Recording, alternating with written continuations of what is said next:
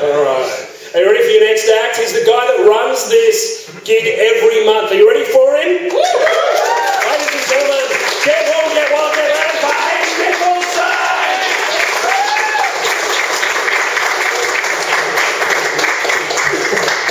Good evening. Good evening.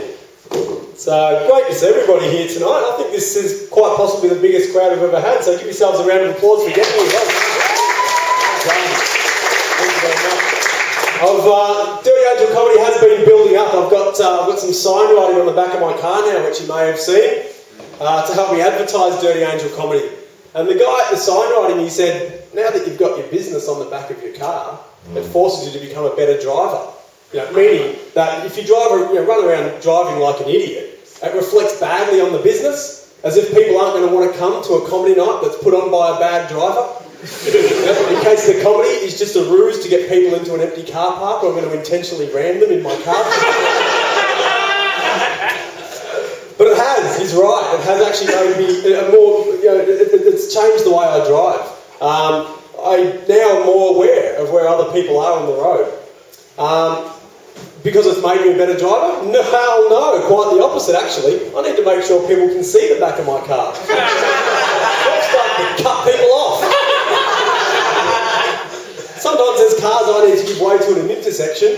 I wait till just the right moment and then just drive straight out in front of them. I jam the brakes on nice and hard when there's no need to, so cars have to get right up behind me. Yeah, and if they toot, bam, got them. I know they've seen the sign. It's paid for itself. And sometimes I look in my rearview mirror, and if they're not in my comedic demographic, I've got no problem just flipping in the bird. Oh man, we're going good. My wife just gave birth recently. Thank you. It was 7 years ago, but thanks very much. Becoming a father, there's a lot of responsibility, and to be honest, I wasn't really prepared for it. I was all expecting it just to be a bit of fun, really. I was expecting, my wife was actually in labour for 31 hours. Yeah? 31 hours! The longest I've ever been awake for is 24. So mathematically, that means I had a little kipper midway through the birthing process, doesn't it? But I figured we would just sort of go to the hospital and your wife complains a little bit, you have a sleep, and when you wake up, there's a kid. But they don't teach you any of the really hard stuff. They teach you the easy stuff, like how to change a nappy, say, or bathe the child. They teach you all the easy stuff. They don't teach you the hard stuff. I reckon when you, after you've had a kid, the nurse should walk in with a tangled slinky. Yeah, and just say, here, this is your life now. This is what you've chosen. Untangle that slinky and try not to get pissed off while you watch the kid retangle it again in front of you. Yeah. Untangling slinkies and trying to get bubblegum ice cream out of your car seat. Sometimes I feel like just going down to the ice cream shop and just saying to the lady, I'll grab 2 scoops of bubblegum, please. One for the kid. And if you could just follow me out to the car with the other one and just rub it all over the back seat, or save him the trouble, that'd be great. Don't teach that stuff. But when I was young, I really like fixing things. Yeah, and I remember that my dad told me this piece of advice once, and I'll never ever forget what he told me when I was young. I'm not really good at fixing things, and I don't know if it's just because I lack the skills or the patience. Painting's great for about 7 minutes tops. And screw buying bookshelves, I'll build myself. How hard could it be? Yeah, I've gone into Bunnings for the 3rd time this weekend. The guy's looking at me going, having a bit of trouble with those bookshelves, are you, knobhead? He didn't say that, but I could see it in his eyes. I loved trying to fix things. When I was young, I was really keen. My dad, he could fix anything. Is he here? Is Dad here?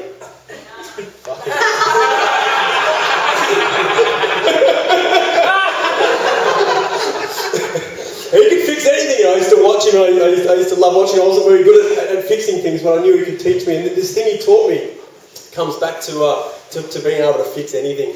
And one day, me and my friends, we decided we'd go down to the Hopkins River here and go fishing. We're about 11 years old. And ironically, incidentally perhaps, fishing has been taken off my things I like to do list, and along with painting and building bloody bookshelves. But we went down to the river, and within 5 minutes, I had line everywhere, just a huge tangled mess in my line, which was fine, because I don't really like fishing anyway. One, because I have no real interest in eating the fish, and two, I don't really want to clean it. But after 5 minutes, this huge tangled mess, and I wasn't sad.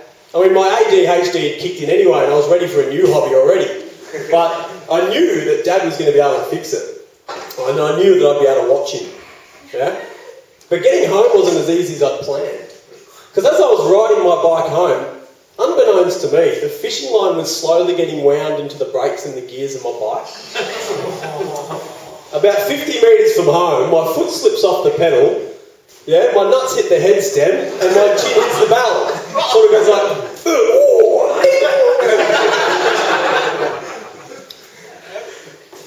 and I got up off the ground. I looked like some sort of, just skin off, blood everywhere, like a scary Halloween Elmo. And I was laughing. I thought, this is going to be good. Because not only did I get to watch Dad now fix 200 metres of fishing line back under the reel, first he had to dismantle all the gears and the brakes off my bike. And I'd be able to watch him do it. And I knew it. And I walked into the shed and I threw my bike on the ground and I said, actually, incidentally, this is the same day that I caught my dad playing with himself in the shed, but that's a different story. And I threw my bike on the way. I said, Dad, can you fix it? Can you fix it, Dad? You can fix it, can't you? And he said, Aidan, he's like, come over here, mate. And I said, can you fix it, Dad? You can, can't you? And he said, Aidan, this has all happened for one reason. And I said, one reason? He's going to tell me the holy grail of fixing things. Now I'm going to be able to fix everything. And he said, Aidan, this all happened because you are a dickhead. Fucking Dad. I'm glad he's not here, actually. Just remember to hate him. Everybody go to the May races? How's the May races? Good? Yeah? Yeah, it was a lovely day, wasn't it? Just to stand in the paddock, in the wind and the rain, just giving people your money. Yeah, I don't go to the May races, they don't interest me, because to be well and truly honest, if you've seen one horse race, you've seen them all. And they're going to ban jumps racing anyway, right? That's the only fun one. Harness racing is boring.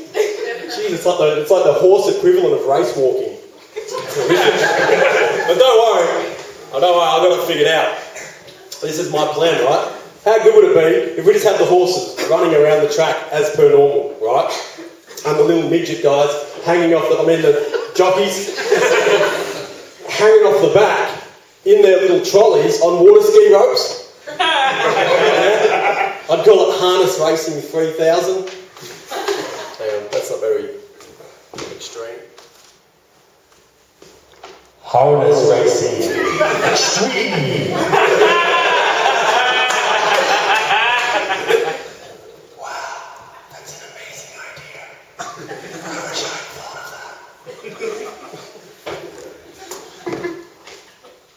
It's quite an overly elaborate thing to do in a joke like that. But wait, there's more. So we've got the little midgets just scooting on the jockeys, hanging off the back of just out of control, ramming each other like two old ladies at the supermarket fighting over the last packets of butterscotch. And then this is the good bit. Jumps. Oh. How good would that be? Hang on. Good comedians would have people doing this for them. Harness Racing Extreme 3000. Wow, this idea keeps getting better. You really are an amazing man. Oh, who's saying that? It's me, Mozart.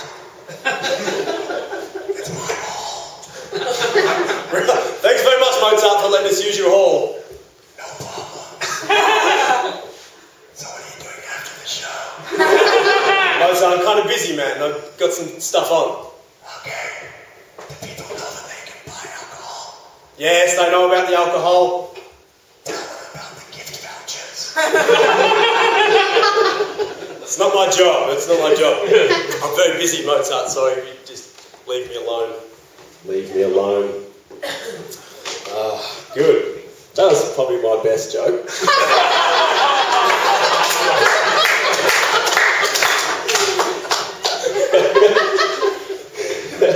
The other day I was teaching my 7-year-old kid how to ride a bike, right? Yeah, what? He's 7 and he can't ride a bike, so what?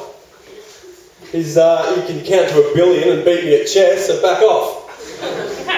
Anyway, so I got my academically gifted kid and I put him on the bike. And I said, son, don't use those brakes. Use these ones here. Use the ones here on the left. Don't use those ones there.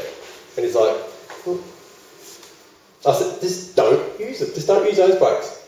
Okay? These brakes here will pull you up nice and slowly and no one will die. If you use these brakes here, you'll go arse over the handlebars and whip your face off on the bitumen. I don't know why that happens, just don't touch that particular brake there. I don't know why the brake exists. It's a very good question, to be honest. I don't really know. Just don't touch it. But telling a 7-year-old kid not to touch that brake, yeah, I might as well have painted it bright orange and sticky taped his bloody hand to it. So he's coming around, he's on his second lap, and he's coming in a bit quick. He's coming in a bit quick, and I'm just like, brakes, mate! Brakes! The left ones! The left ones! And he goes arse up over the handlebars, bang! Go on, scoop him up. And what I should have said at this point is, no, my left, your right. But what I did say was, this all happened because you are a dickhead.